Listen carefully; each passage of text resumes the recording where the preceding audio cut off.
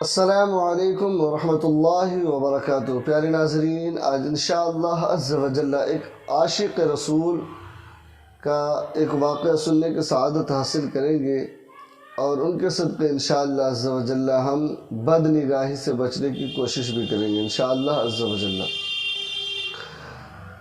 ایک عاشق رسول رہتے تھے، مولانا روم رحمۃ اللہ تعالی علیہ اپنی کتاب میں تحریر فرماتے اس واقعے کو۔ ایک نوجوان شخص ہوتا ہے جن کے سر سے والدین کا سایہ اڑ جاتا ہے، یتیم ہوتا ہے، انہیں خواہش ہوتی ہے علم دین سیکھنے کی، انہیں شوق ہوتا ہے علم دین سیکھنے کا۔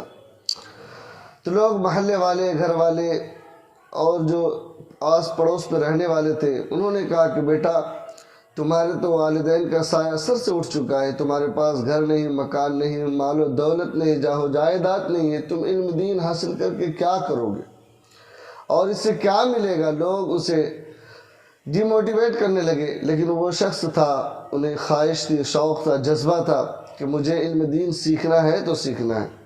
پیارے ناظرین، وہ شخص دن کو مدرسہ پڑھتا اور رات کو ایک جنگل میں کوٹھری بنایا ہوا تھا، کوٹھیا بنایا ہوا تھا، جھوپڑی بنایا ہوا تھا، اس میں اپنا رات بسیرا کرتا تھا۔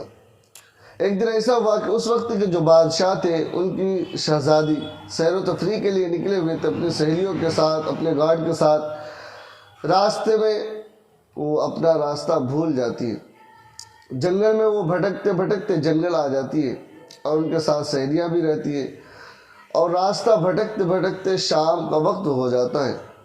وہ شخص اپنے حجرے میں، اپنی جھوپڑی میں بیٹھ کر اپنا سبق یاد کرتے ہیں، نوجوان شخص۔ اتنے میں وہ شہزادی بھاگتی بھاگتی وہ اس کی کوٹھریوں میں آ پہنچتی ہے۔ آنے کے بعد کہتی ہے کہ یہ نوجوان شخص تو ہی ایک میرا سہارا ہے، ابھی اگر میں باہر نکلوں گی تو ہو سکتا ہے شیر میرا شکار نہ کر لے، بھیڑیا مجھے چیڑ پھاڑ کر کھا نہ لے، اس وجہ سے آج مجھے پناہ دی جائے، آج کی رات میں صبح ہو کر یہاں سے نکل جاؤں۔ وہ شخص، نوجوان شخص، عاشق رسول شخص، وہ طالب علم، علم دین کی طلب میں تھا، انہیں شوق تھا، ذوق تھا پڑھنے کا، وہ پڑھ رہا تھا۔ انہوں نے رات گزارنے کا تو مہلت دے دی۔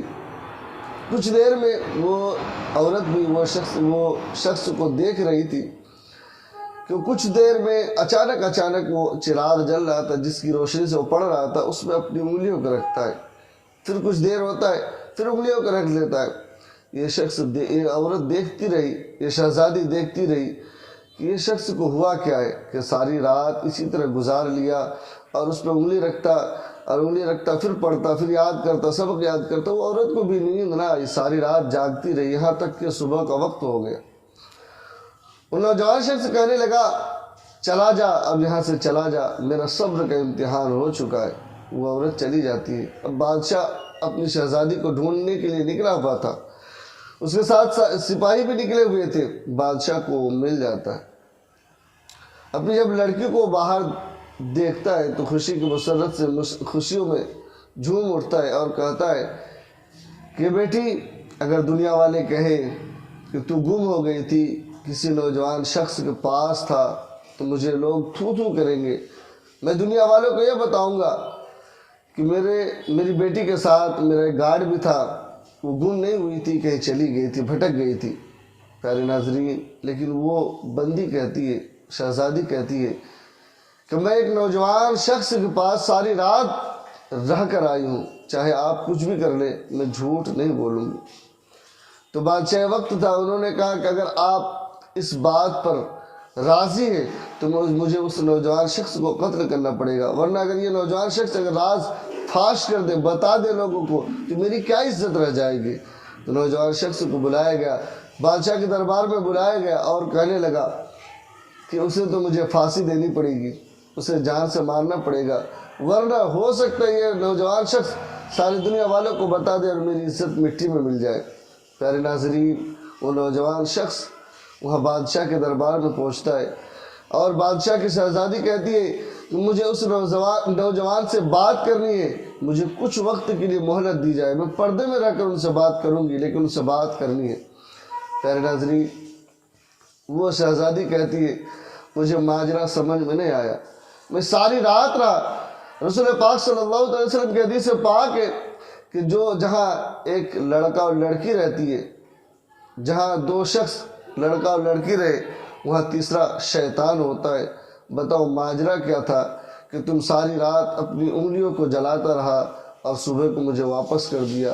تو وہ شخص کہنے لگا کہ میں رسول اللہ صلی اللہ تعالی علیہ وسلم کا دین پڑھ رہا ہوں، اور مجھے یہ بات اچھی طرح سے معلوم ہے کہ آقا کریم صلی اللہ تعالی علیہ وسلم فرماتے ہیں کہ جو زانی ہوگا، جو زنا کرنے والا ہوگا، جہنم میں سب سے نچلے والے طبقے میں اسے جلایا جائے گا۔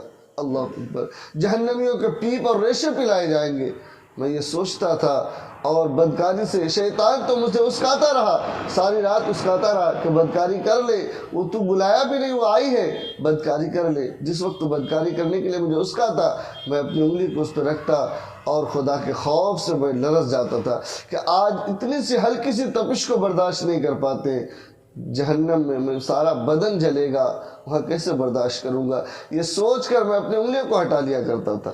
پیارے ناظرین، یہ سن کر بادشاہ کو خوشی ہوئی کہ میری بیٹی ایک عاشق رسول، نیک شخص، نیک نوجوان کے گھر میں ساری رات گزاری ہے، ان کے ساتھ بدکاری نہیں ہوئی۔ پیارے ناظرین، اسی وقت بادشاہ کہتا ہے کہ تو سن، تو غریب نہیں ہے، تو یتیم نہیں ہے، آج سے میری بیٹی کی نکاح تمہارے ساتھ کروں گا، اور پھر یہ جو تخت و تاج ہے یہ تمہارے سر رہے گا انشاءاللہ عز و جل۔ یہ کہ اگر دھوم دھام سے ان کی شادیاں کرتے، وہ نوجوان شخص باہر آ کر کہتا ہے کہ تو لوگ کہتا تھا، گاؤں والے کہتے تھے نا کہ دین سیکھنے سے کیا ملے گا، کوئی نوجوان عاشق رسول بن کر دیکھے، دین سیکھ کر دیکھے، سچے دل سے سیکھ کر دیکھے، اسے تخت و تاج بھی نصیب ہوگی اور جاہ و جلال بھی نصیب ہوگی۔ پیارے ناظرین، تو اسے ان کی نکاح بھی ہوئی اور تخت و تاج بھی نصیب ہوئی۔